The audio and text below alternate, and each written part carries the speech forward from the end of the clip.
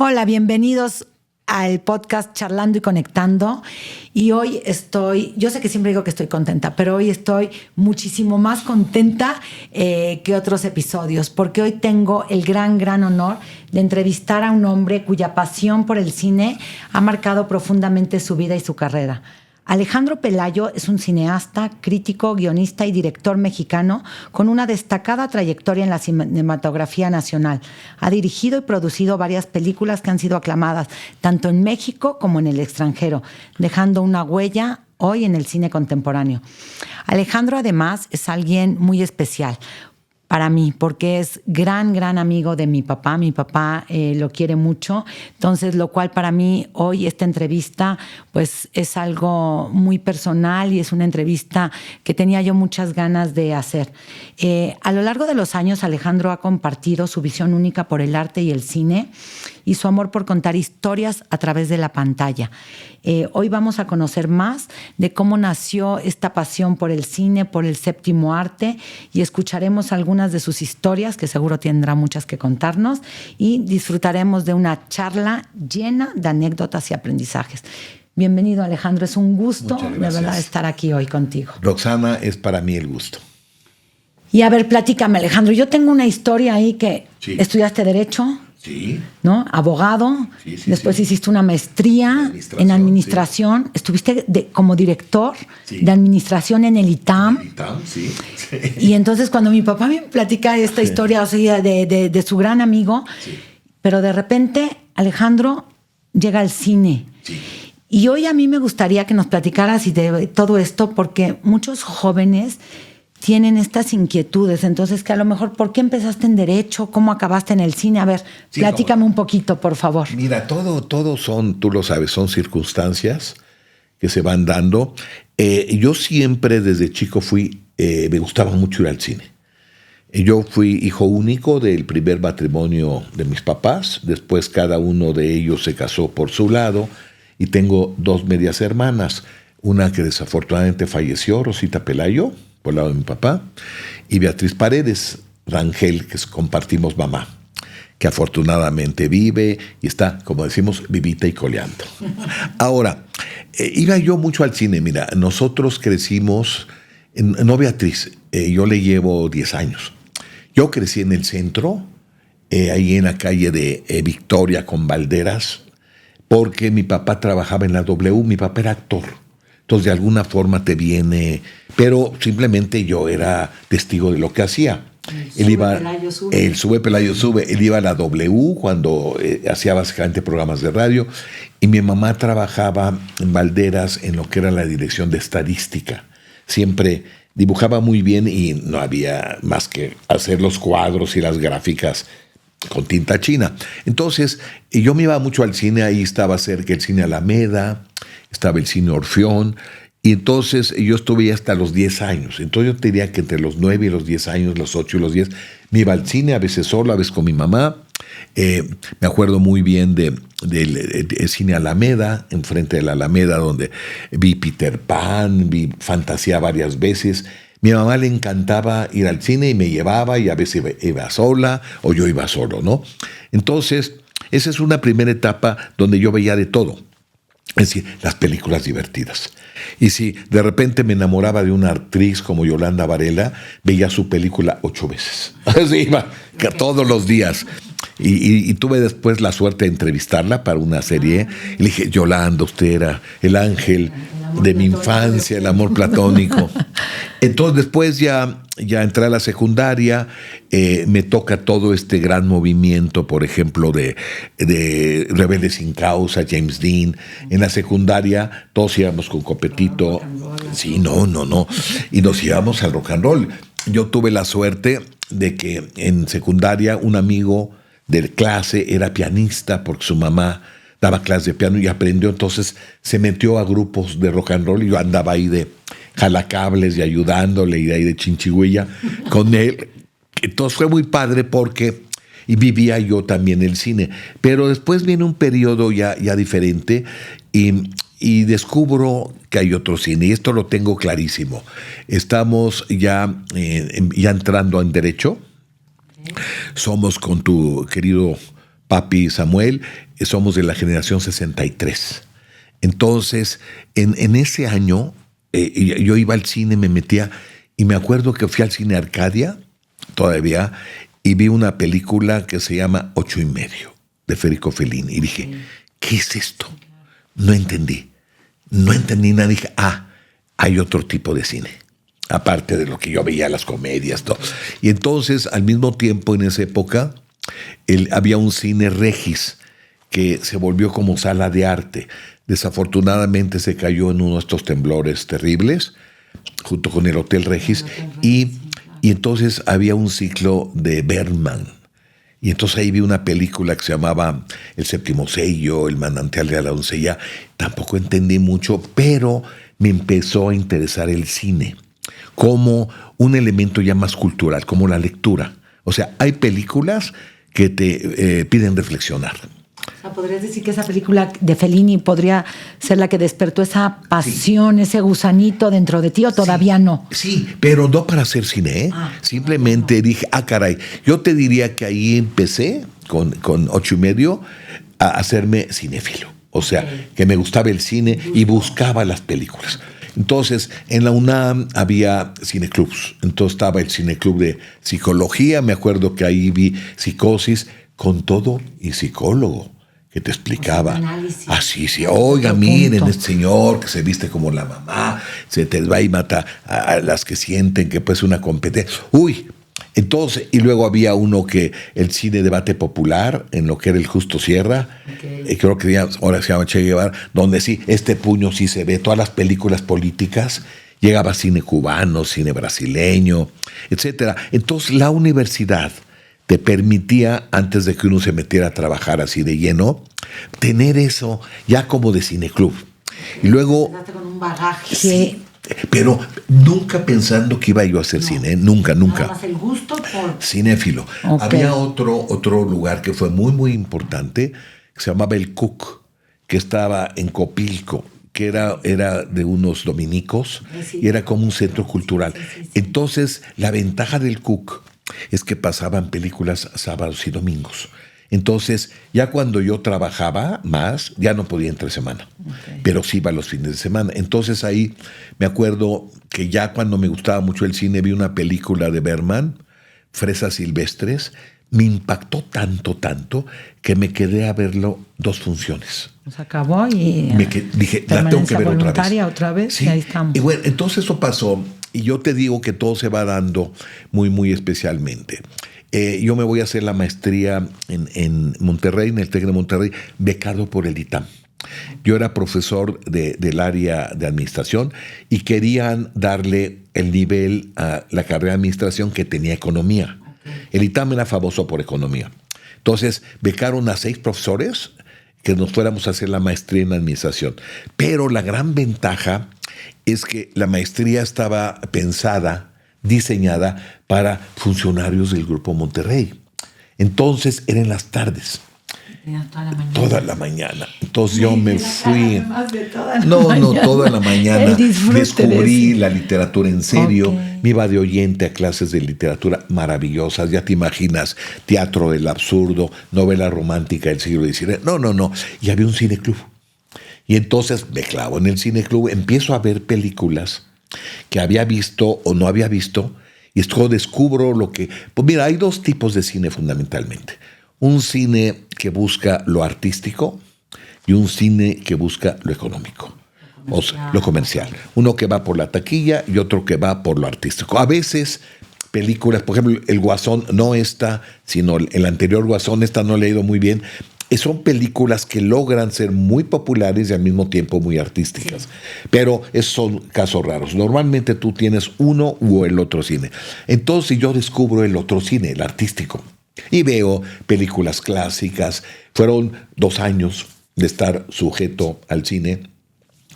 Cuando yo regreso a principios de los años 70, la maestría es 69 y 70. Regreso en 71.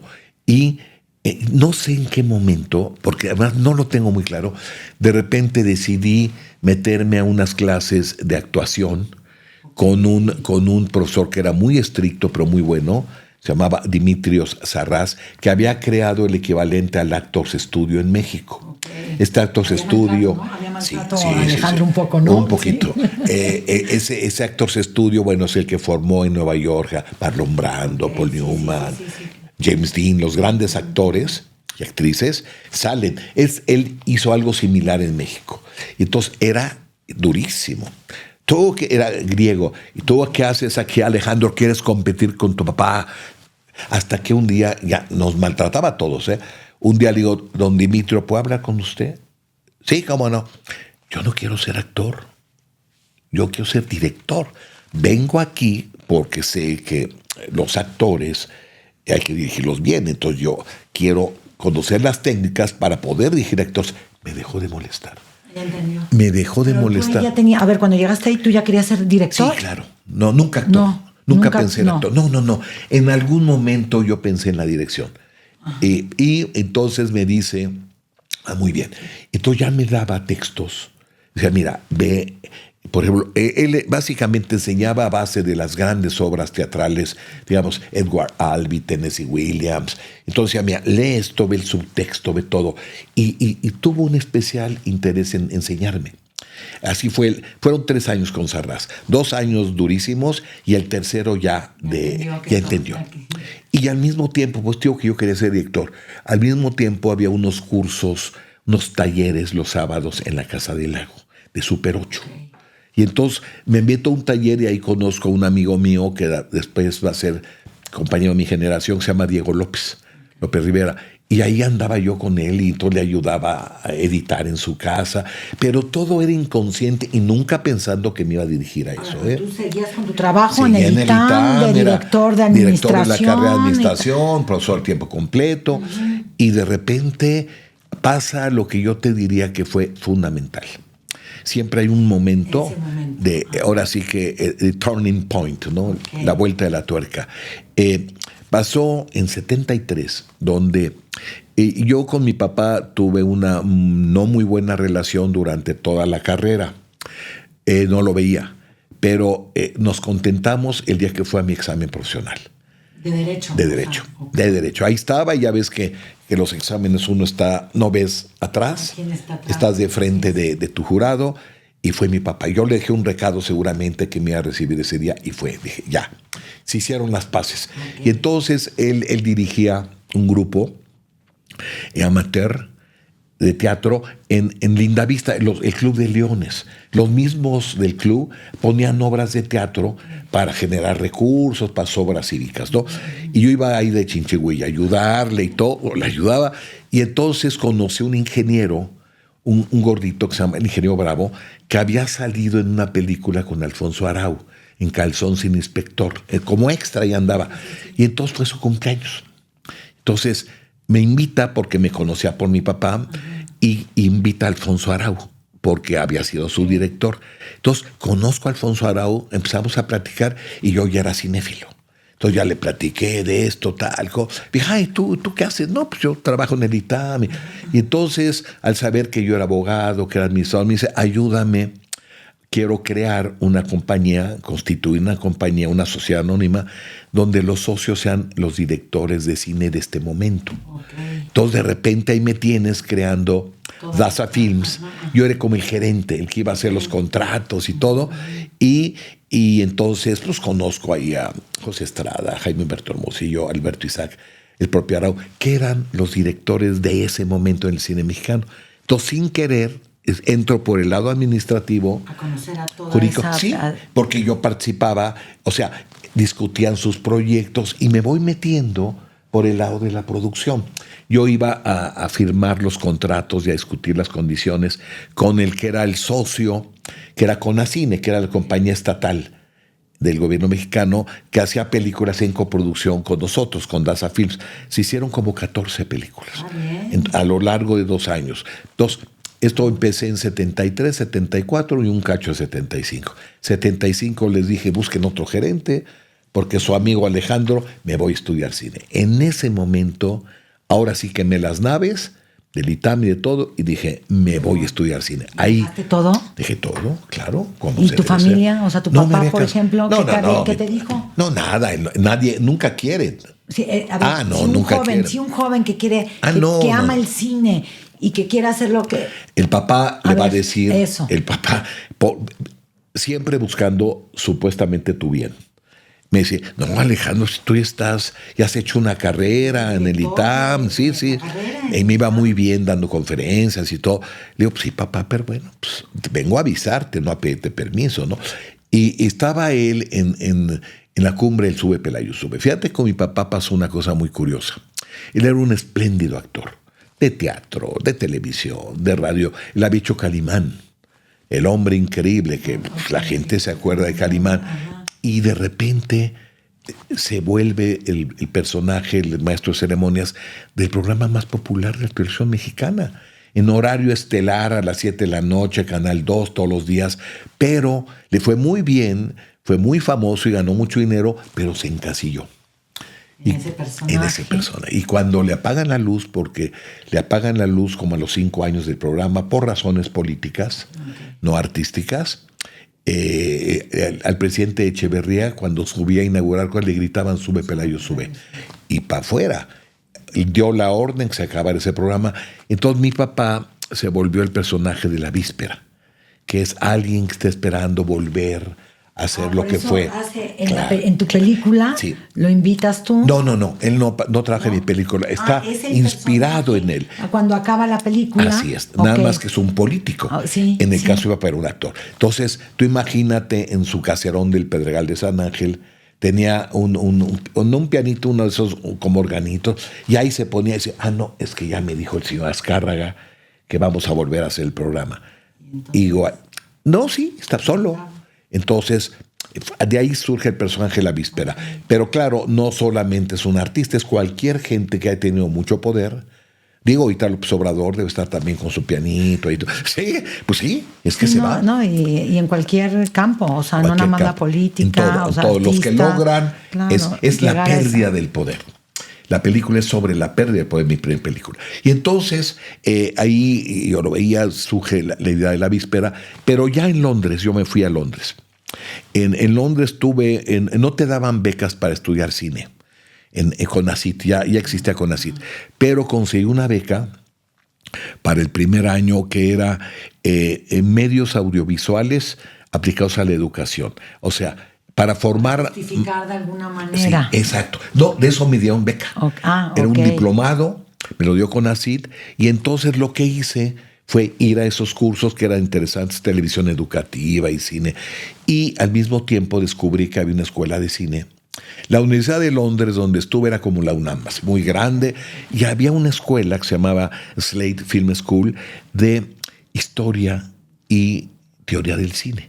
No te enseñaban a hacer cine, pero imagínate, yo me iba de oyente y el neorrealismo italiano, 20 películas, 15 películas del expresionismo alemán. Entonces me fui volviendo especialista en la historia del cine mundial. Movimientos, la nueva ola francesa y todo. Y tuve la suerte, acabé el diplomado ese, ¿verdad? Y el segundo año ya no había beca, pero como me había ido bien cuando era yo administrador y daba conferencias, me pagaban muy bien, hice mi guardadito. Tenía mi guardadito en México, vine, saqué el guardadito, rompí el cochinito y tuve la oportunidad de estudiar el segundo año en Londres cine, hacer cine. Ya era una escuela de cine, era un diploma de 1 año en cine y televisión, nada más, y ya era hacer.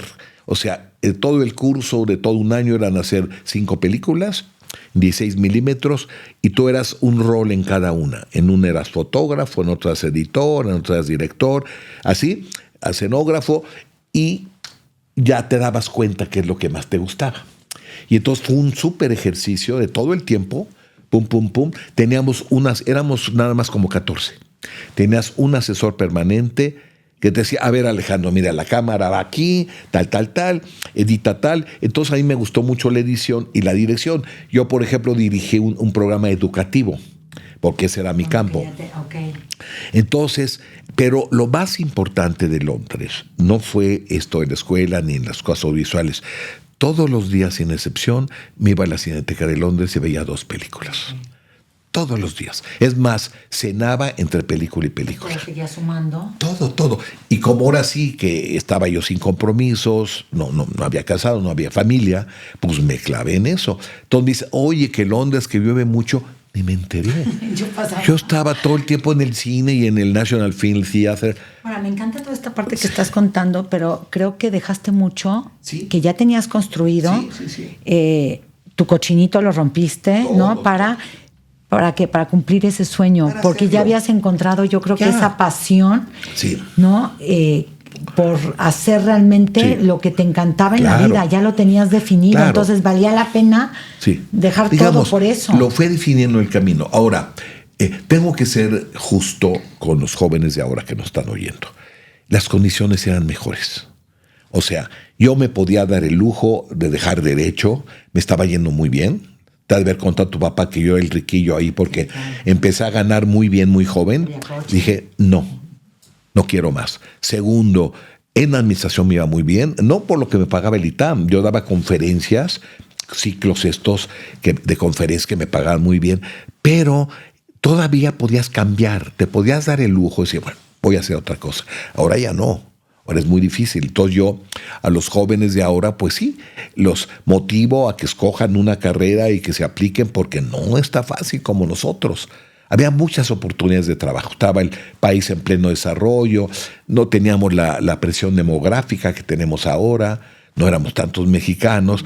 Y entonces fue darme ese lujo. Y fíjate que por eso yo fui tardío, por ejemplo, en cine.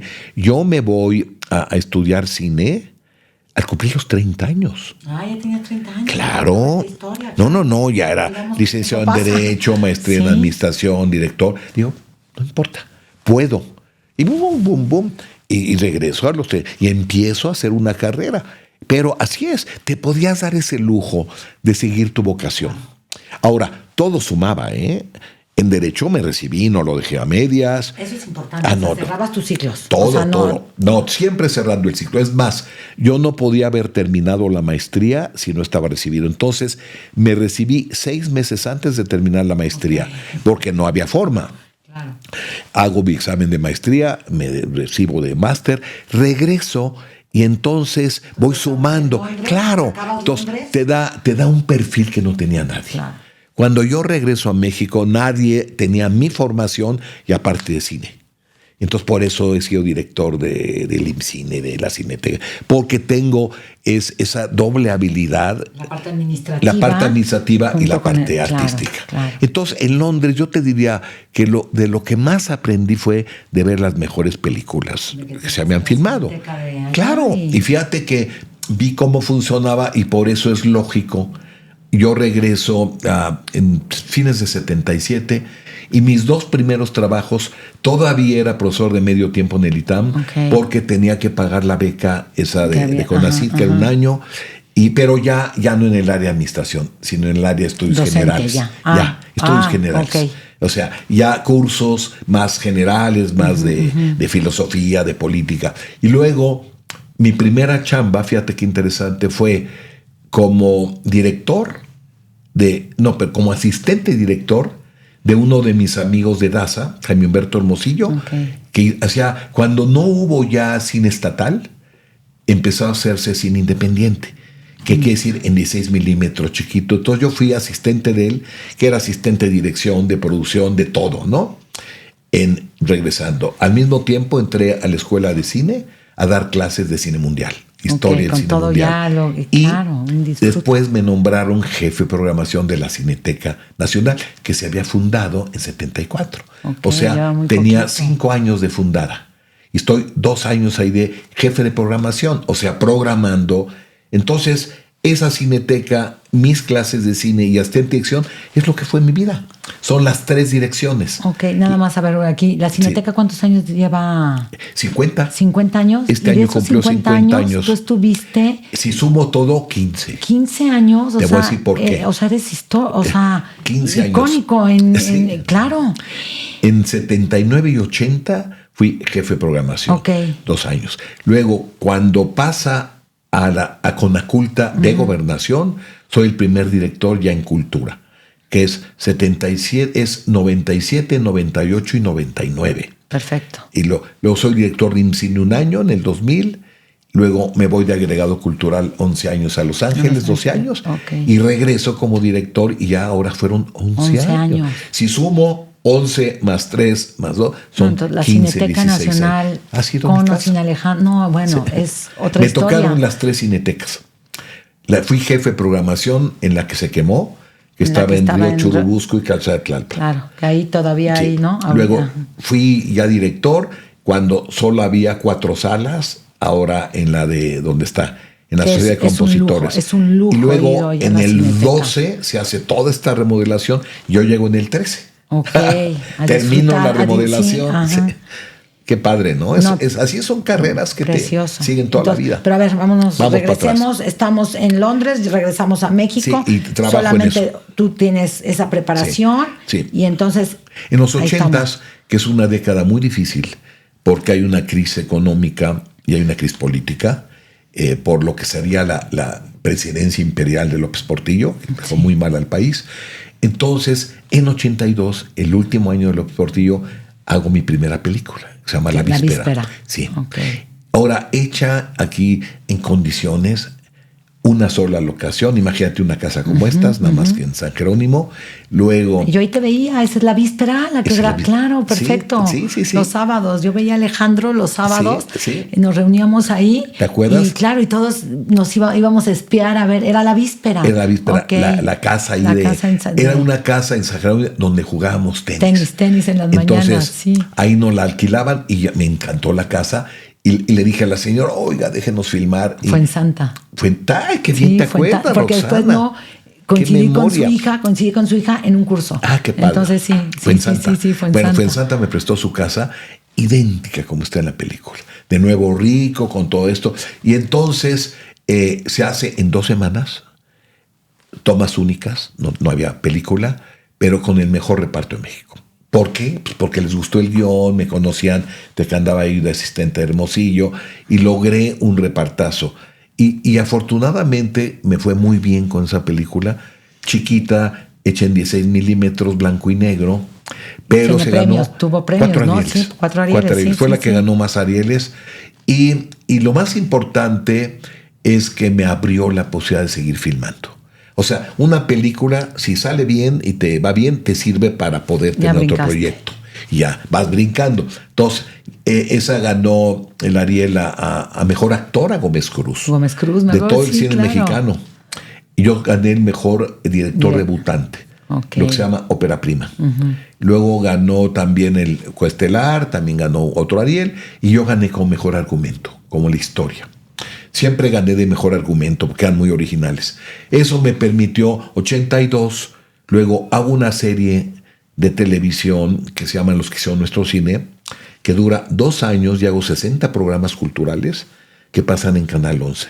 Y logro entrevistar a los directores todavía vivos de la época de oro. Alejandro Galindo, el Indio Fernández, Roberto Gabaldón, a los actores. Y entonces se vuelve una serie muy, muy padre, que se hace para el Canal 11, como que hace series culturales con cineastas, porque no teníamos trabajo.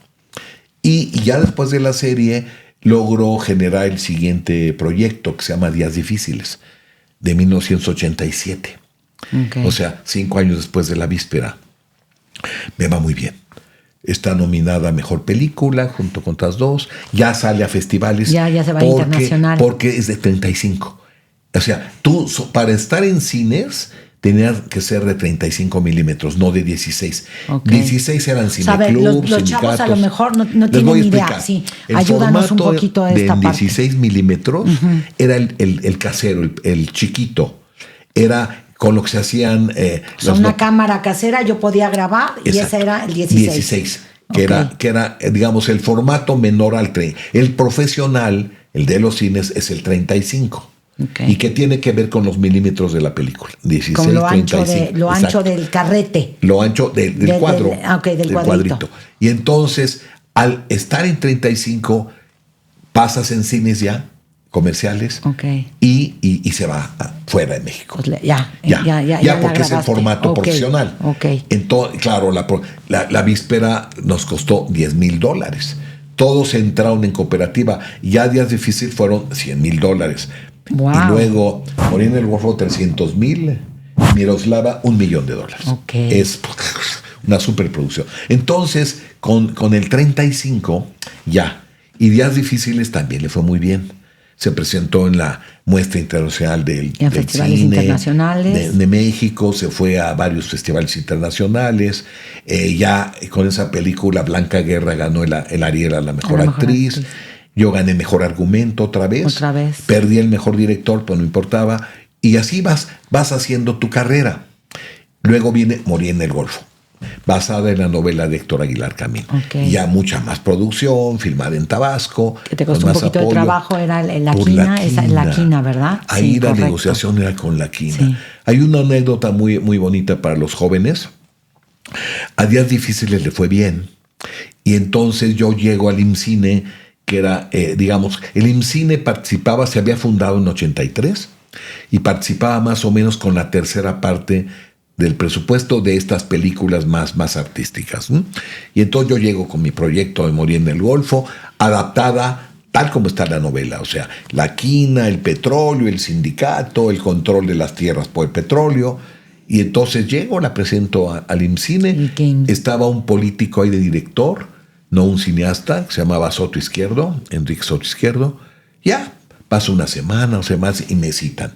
Alejandro, está muy bien tu guión. Pues qué bueno. Dice, pero el problema es que esto se tiene que negociar en Ciudad Madero. Entonces, ¿dónde estaba La Quina? Claro, aquí está el doctor Ibarra, te va a hacer una cita para que vayan ustedes a hablar con La Quina. Uy, entonces me volví personaje de la película. Llego, el búnker, todos estos, los senadores esperándolo para hablar con La Quina, en personaje. Sí, porque claro. Y estaba él apoyando a Cuauhtémoc Cárdenas. Estamos ya en la época de Salinas, sí, ¿no? Esto es como en 87. La elección venía en 88. 87, sí, principios de 88. Plena campaña. Y entonces, bueno, ya sabes, pásenle, uno de sus asistentes nos recibe, nos lleva a desayunar muy rico, vengan ustedes a ver todo, una gran atención. Dice, el señor, era el señor, los va a ver en la tarde. Bueno, pues ahí estuvimos. En la tarde, híjole. Entonces fue un maravilloso encuentro porque empieza, ya sabes, no, qué bueno que vienen, lo felicito, mire, ¿por qué no haces usted un documental de todo esto que se ha hecho? Ya lo paseamos, ya el desayuno rico. Todo rico y todo, y ya que vea. Y no, y empiece a subir de tono. Al final era, bueno, pues ese desgraciado de Salinas que compró a Aguilar Camín para que nos difame. Uy, entonces yo, mira, calladitos. Ya no, claro. Con el doctor Ibarra, calladitos, sí. Nos vemos más bonitos. Y al final dijo, mire, caciques como ese hay muchos, pero no están en el sindicato. Ustedes quieren hacer la película, háganla. Y por eso cambias un poco el... no tengo que cambiar completo. Sí, claro. Entonces, yo recuerdo... Salimos de esa entrevista. ¿Asustados? Y yo, pues no asustado, dije, no se va a poder hacer. Realista. Entonces yo llego con Héctor Aguilar Camín. Digo, pues Héctor, tú no fuiste a donde yo fui, ¿eh? Tú nada más lo leíste en el periódico, el búnker. Sí, no, hombre. y le conté todo. Y me acordé, que esto es muy, muy padre, de algo que pasó 2 años antes de ese encuentro. Cuando iba a empezar el sexenio de la Madrid. Fíjate que Beatriz, que la vas a entrevistar, fue gobernadora de Tlaxcala. Y yo le ayudaba en las cosas culturales. Era como el Conaculta de Tlaxcala. Fue el primer Consejo Estatal de Cultura. Entonces yo organizaba, supervisaba el teatro, los museos, todo lo artístico. Y ella hizo una reunión como gobernadora, debe haber sido esto como como en 87 o 86 por ahí, donde invita a los gobernadores de alrededor. Y el gobernador de alrededor era Fernando Gutiérrez Barrios, de Veracruz. Ok, secretario de Gobernación. No, pero allá gobernador. Ok. Todavía no fue secretario cuando cambió Salinas. Sí, claro. O sea, estamos en 87. Él era gobernador. Antes de. Y claro, también al de Puebla. Y entonces me dice Beatriz, sabía que yo quería muy el Golfo. Mira, te voy a poner en el grupo que atiende a Gutiérrez Barrios. Tú pregúntale. Y ahí estoy. Ahí voy.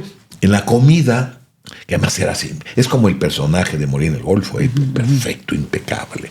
Y entonces hablamos de cine, le dije que yo había hecho. Y entonces de repente, don Fernando, ¿le puedo hacer una pregunta? Sí, cómo no, dígame. Morir en el Golfo. Me gustaría filmarla. Y te juro que se me queda viendo. Me dice, es difícil. ¿Por qué, don Fernando? El sindicato. Así no me dijo más. Dice, pero le voy a dar un consejo. Mire, yo estaba de gobernador. Metí a la cárcel a un cacique que se llamaba Cirilo Vázquez. Y ahí hay un personaje, nada más que no era el sindicato, controlaba tierras. Y entonces le voy a dar una tarjetita. Vaya usted a ver, secretario de Gobierno, que le enseñe ese expediente. Para darle contexto a... Esto pasó 2 años antes de la entrevista con la quina, o un año antes. Sí. Entonces veo a Cirilo Vázquez, veo a Cirilo Vázquez y el expediente. Y entonces cuando regreso con Aguilar, le digo, maestro, hay de 2 sopas. Con la quina no se puede. Tendríamos que hacerla muy chiquita, independiente, porque si simplemente sí, claro. Si tú estás revelando y se para la máquina, perdiste todo. O seguimos el consejo de Gutiérrez Barrios, le conté. Y nos vamos con Cirilo. Y nos vamos con Cirilo Vázquez. Y así fue la decisión. Entonces, en ese sentido, creo que es muy importante, ¿no? Entonces cambia, hacemos así, voy al Golfo, y te cierro con una anécdota que es maravillosa. Cambia el gobierno, yo estoy filmando exactamente entre diciembre y enero de 88 y 89. Okay. Y cae preso la quina. Es lo primero que hace Salinas, le cobra las facturas y la quina a la cárcel. Entonces el productor era un señor que yo admiro mucho, que se llama Ignacio Cobó. Me dice, oye Alejandro, pues vamos a hacer la petrolera. Dije, no, ya negociamos. Y ya quedó. No, pues imagínate, este cuate sigue teniendo todo el poder aunque esté en la cárcel. No, además ya no se valía, porque en eso quedamos con la quina. Claro. Si ustedes la hacen de otra cosa, yo no tengo ningún problema, pero no del sindicato. Y ya, se siguió haciendo. Y fíjate que en eso yo te diría que hubo algo positivo y algo negativo. En lo positivo es que le fue muy bien en Latinoamérica, porque había muchos caciques como ese, como Cirilo Vázquez. Y en México lo negativo es que no pude adaptar la cosa petrolera, que era única, porque en ningún lugar, ni en Venezuela, había un sindicato tan fuerte como el de Pemex. Ahora, para los chavos nada más, porque a lo mejor yo estoy ubico a la quina. La quina era un líder sindical del con sindicato un gran poder del sindicato petrolero. De Pemex, que era el petrolero, el sindicato más poderoso de México, y este era un cacique de muchos años y que hizo muchas obras sociales para el propio sindicato. Muy poderoso. Ya le pusimos contexto. Y que en el cambio de gobierno, él decidió apoyar a Cuauhtémoc Cárdenas, que era del Frente, en contra de Salinas, que era el candidato del PRI. Entonces, claro, pues le pasaron el cobro de la factura. Y órale. Entonces está perfecto. ¿Y después ahora, qué sigue? Acabamos esa etapa y viene 87 días difíciles, 89 morir en el Golfo, y yo me quedo sin un proyecto mío. Mira, yo siempre tuve muy claro 3 proyectos. Los 2 primeros yo desarrollé los argumentos, en el primero el guión, y en el segundo ya trabajé con Víctor Hugo Rascón, un dramaturgo. Buenísimo. Morí en el Golfo, cuando sale un primer antecedente de la novela, Nexos. Desde que yo leí ese primer capítulo dije, yo quiero hacer esto. Me encantó, veía yo a los personajes. Okay. Y entonces ahí la lucha era poder hacer Morir en el Golfo, por toda la situación política, ¿no? Se hizo, pero ella no tenía yo otro proyecto. Entonces viene, digamos, mi primer película de encargo, la única, que fue Miroslava. Okay. Miroslava no es un proyecto mío. Yo acabo Morir en el Golfo 89, 90, siempre andas, le fue muy bien, se fue a festivales, ganó premios también internacionales, la nombraron, hay una asociación de acción, ACE se llama, de críticos en español de Nueva York, de todas las películas que se estrenan en español, y ganó la mejor película ese año, Morir en el Golfo. Sí, tuvo más éxito en el extranjero y más reconocimientos. Sí, aquí en también el extranjero. se estrenó por televisión, entonces fue un fenómeno. No, le fue bien. Ahora, bueno, no todo el mundo conocía la novela, entonces bueno, se volvió una cosa más grande. Entonces, debe haber sido 90-91, que mi amigo Ignacio Durán, que lo conociste, era director del IMCINE. Okay. Él fue director del IMCINE durante todo el gobierno de Salinas. Y me dice un día, oye Alejandro, compré un libro de Guadalupe Loaesa, que era hermana de un amigo de él, Enrique Loaesa, abogado, y eran como 5 hermanas o más, quién sabe, y entonces me dice, se llama Primero las Damas, y son relatos cortos sobre mujeres. Y entonces me dice, mira, se va a hacer una que se llamaba Pati Chula, que se filmó con Ernesto Gómez Cruz, luego otra de la tía quién sabe quién. Dice, hay un relato de Miroslava, léelo, a ver si te gusta. Lo leo, está muy bien. Dice, quiero que hagas un corto de media hora. Oh, con todo gusto, te encargo. Él compró los derechos del libro y entonces empiezo a trabajar y te juro, Roxana, no sé en qué momento empezó a crecer y entra Vicente Leñero al guión y pues se volvió un largometraje, un proyecto de largometraje, y Nacho Durán estuvo de acuerdo. Y entonces, bueno, es una peliculotota. Sí, claro. Te digo, de los $10,000 de la víspera al millón de dólares de Miroslava, o sea, ya entraba en las películas como Cronos, porque había una nueva política. La nueva política es que ya no había compañías productoras estatales. Ya no estaba produciendo ni Conacine, ni Conacite 1, ni 2. Y entonces el Estado dijo, yo me asocio con productores individuales, pero con nuestra generación, no con los productores de antes. Y entonces, por ejemplo, Solo con tu pareja de Cuarón, él crea una compañía, Cronos de Memo del Toro crea una compañía y nosotros creamos una compañía. En los 80s trabajamos con una cooperativa, porque no había recursos. Y había una cooperativa, José Revueltas, que hizo estas películas, Morir en el Golfo, Días Difíciles. Aquí ya no. Y era una compañía porque los sindicatos ya no, ya una película de $1 millón ya no es de cooperativa. No, claro. Y entonces empieza una etapa distinta que empieza en 90 con Cabeza de Vaca y termina en 94 con Callejón de los Milagros, que era el Estado apoyando no más de 12 películas al año, que eran las que iban a tener una presencia internacional y nacional, las mejores películas posibles, y con un presupuesto que triplicaba los presupuestos anteriores. O sea, Morir en el Golfo, que ya tuvo una buena producción, costó $300,000.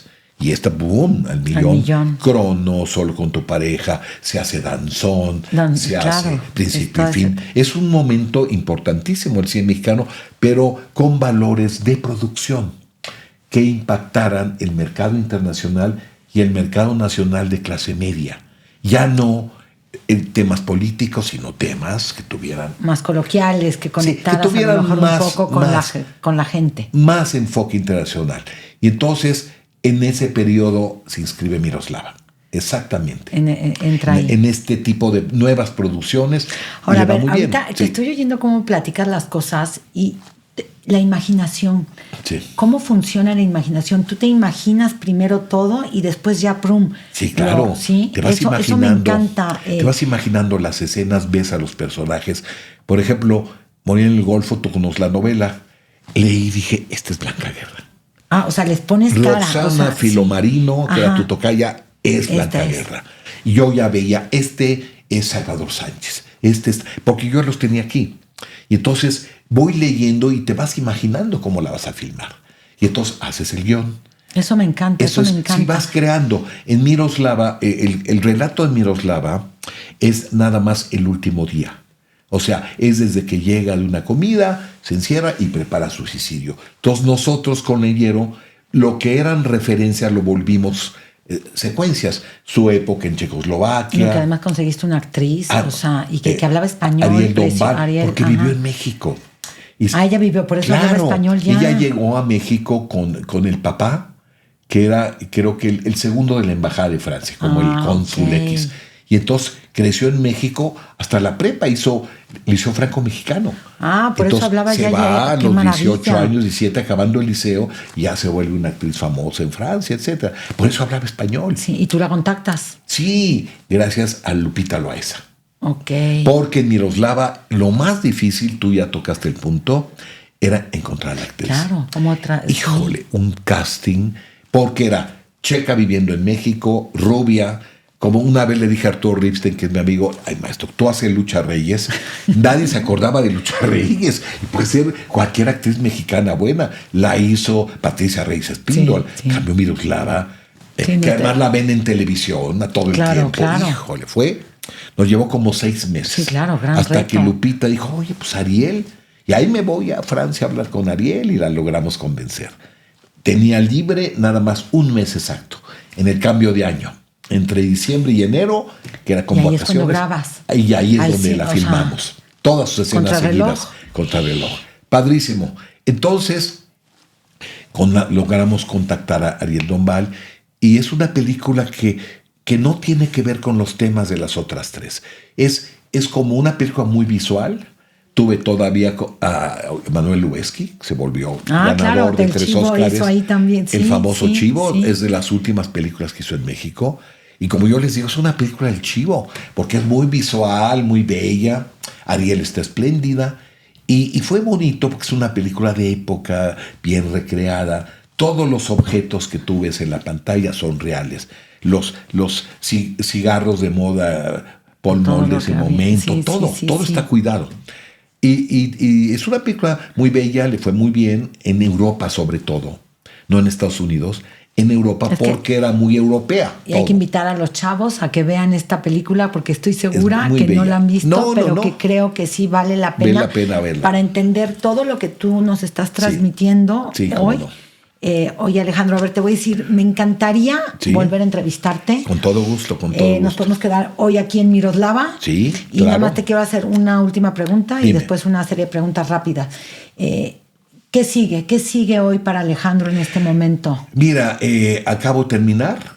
Todo son etapas. Fíjate qué interesante. Son etapas como de 10 años, 11 años.